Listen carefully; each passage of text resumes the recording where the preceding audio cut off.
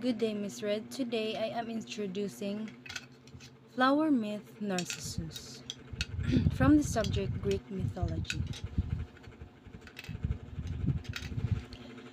Narcissus in Greek mythology, the son of the river god Cephissus and the nymph Liriope. He loved no one till he saw his own reflection in water and fell in love with that. Finally, he pined away, died, and was turned into the flower of like name.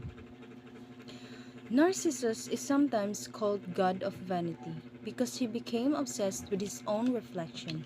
The mental disorder narcissism is named after the Greek myth of Narcissus. Once during summer, he was getting thirsty after hunting and he went to the pool where he saw himself. Narcissus did not realize it was his own reflection and fell deeply in love with it. Echo was a nymph cursed by the god to only repeat the last words of others. She fell in love with Narcissus after encountering him in the woods, and despite of rejection, she continued to long for him. Narcissus dies by a pool gazing at his own reflection that he falls in love with. Narcissus lay down to die and the nymphs mourned him. They covered him with their hair and set up for a funeral. When they turned for his body, there was a flower instead, a narcissus flower.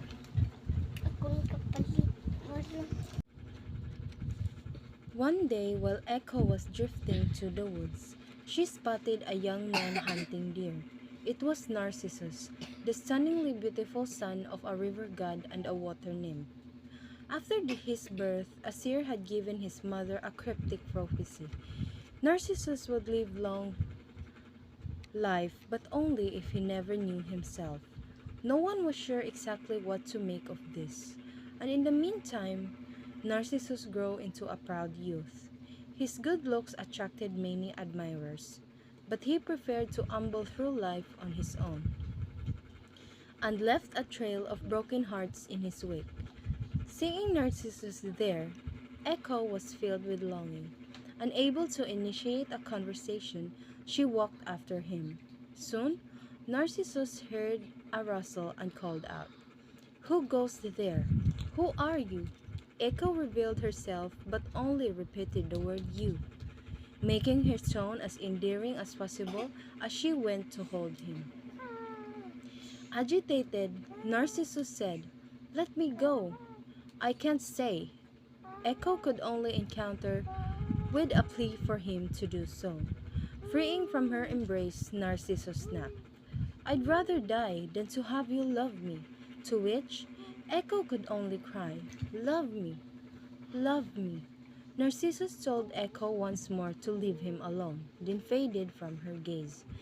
Echo wandered to a cave, and gradually her heart grew heavy and her body frail, until all that was left over of her was her voice, which the wind carried vast, empty places forever after it could be heard never berating through the hollow caves and rebounding across lonely clearings. But this wasn't even the first time heartbreak ever Narcissus had proven fatal. A young man named Aminius had also been cruelly rejected by Narcissus. Before his death, he prayed to Nemesis, the goddess of revenge, that Narcissus would also one day know the pain of love. She heard Aminias's plea and upon witnessing Echo's fate, decided that it would be the final affront. It was time for retribution. So Nemesis set Narcissus towards a clear glassy pool. As he bent towards the water to drink, he caught sight of a hauntingly beautiful young man. Never before had Narcissus seen himself with every glinting angle and glowing curl, then passed the evening gazing at his own reflection by moonlight and sleeping with his fingers, grazing the water. Day wore on, and Narcissus never parted from his one true love. When he reached out his double, and when he leaned in to bestow a kiss, he also tilted his face.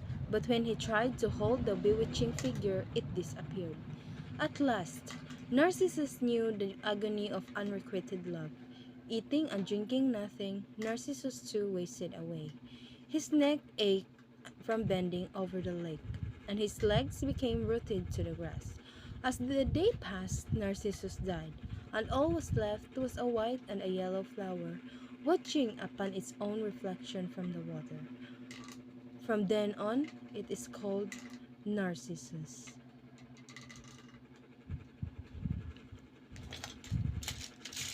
So that is the end of the story of what happened to Narcissus. That's all. Thank you.